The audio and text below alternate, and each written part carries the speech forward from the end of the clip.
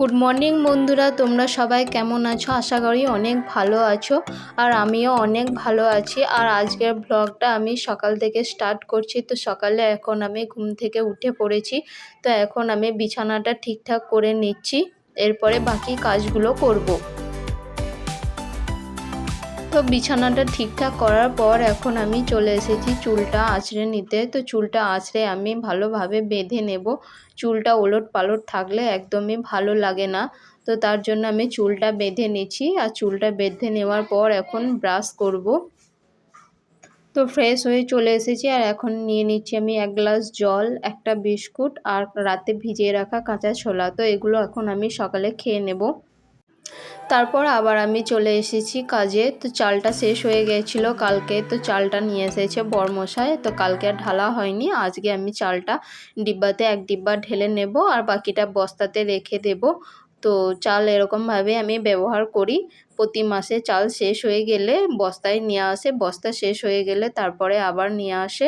তো এটা আমি এখান থেকে নিয়ে রোজ রান্না করি আর বস্তাটা আলাদা করে রেখে দিই, পরে শেষ হয়ে গেলে আবার ওখান থেকে নিয়ে নিই। তো চালটা ঢেলে নেওয়ার পর এদিকে তেলটাও শেষ হয়ে গিয়েছিল। তো প্রতি মাসে এরকমই 1 ডিব্বা করে তেল নিয়ে আসে, শেষ হয়ে গেলে তারপর আবার নিয়ে আসে। তো এখান থেকে আমি রান্নার জন্য বোতলে আলাদা করে আমি তেলটা ঢেলে নিই, এতে রান্না করতে সুবিধা হয়। আর বাকিটা আবার আলাদা করে রেখে দিই। তো তেলটা ঢালা হয়ে গেছে। তো আরও কিছু কাজ ছিল, তো সে কাজকর্মগুলো সেরে স্নান টান করে এখন আমি চলে এসেছি রান্নাঘরে।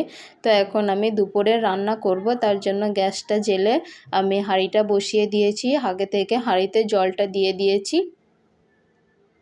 তো ওদিকে জলটা গরম হচ্ছে আর এদিকে আমি চালটা ধুয়ে নিচ্ছি। তো চালটা ধুয়ে এখন আমি হাঁড়িতে দিয়ে দেব। তারপর আবার আমি কি সবজি হবে সেটা এখন আমি কাটবো। তো জল গরম হয়ে গেছে, এখন আমি চালটা ভাতে দিয়ে দেব। তো ভাতে চালটা দেওয়ার পর এখন আমি এখানে কৌটোতে দিয়ে দিয়েছি মুসুরির ডাল আর কেটে নিয়েছি একটা কাঁচা আম। টক ডাল করব, তাই ডালটা আর আমটা আমি কৌটোর মধ্যে ভরে ভাতে দিয়ে দেব। তো যেহেতু আমাদের দুজনের রান্না, তাই কৌটোতে সামান্য কিছু ডালে আমাদের দুজনের হয়ে যাবে। তো এদিকে আমি ডালটা ভাতে দিয়ে দিয়েছি। তো ওইদিকে সবজিগুলো আমার কেটে রেডি করা হয়ে গেছে। আর এদিকে এখন দেখে নেব ভাতটা হয়েছে কি। তো এখন ভাতটা হয়ে গেছে, ভাতটা আমি নামিয়ে নেব। তো ভাতটা হয়ে যাওয়ার পরে আমি রান্নাবান্নাগুলো সব রেডি করে নিয়েছি। আজকে রান্না হয়েছে কাঁচা আম দিয়ে মুসুরি, টক ডাল, আর হয়েছিল লাউর ঘন্ট কাঁচা ছোলা দিয়ে, আর হয়েছিল ডিম ভাজা। তো আজকের রান্নাগুলো এই পর্যন্তই। তো রান্নাবান্নাগুলো আমার সব কমপ্লিট হয়ে গেছে দেখতে পেলে। তো ওগুলো এখন আমি রেখে দিয়েছি। তো বরমশাই আসলে আমি আবার খাওয়া দাওয়া করে নেব দুজনে। এখন আমি রান্নাঘরটা পরিষ্কার করে নিচ্ছি। তো এদিকে আমি গ্যাসটাও মুছে নেব।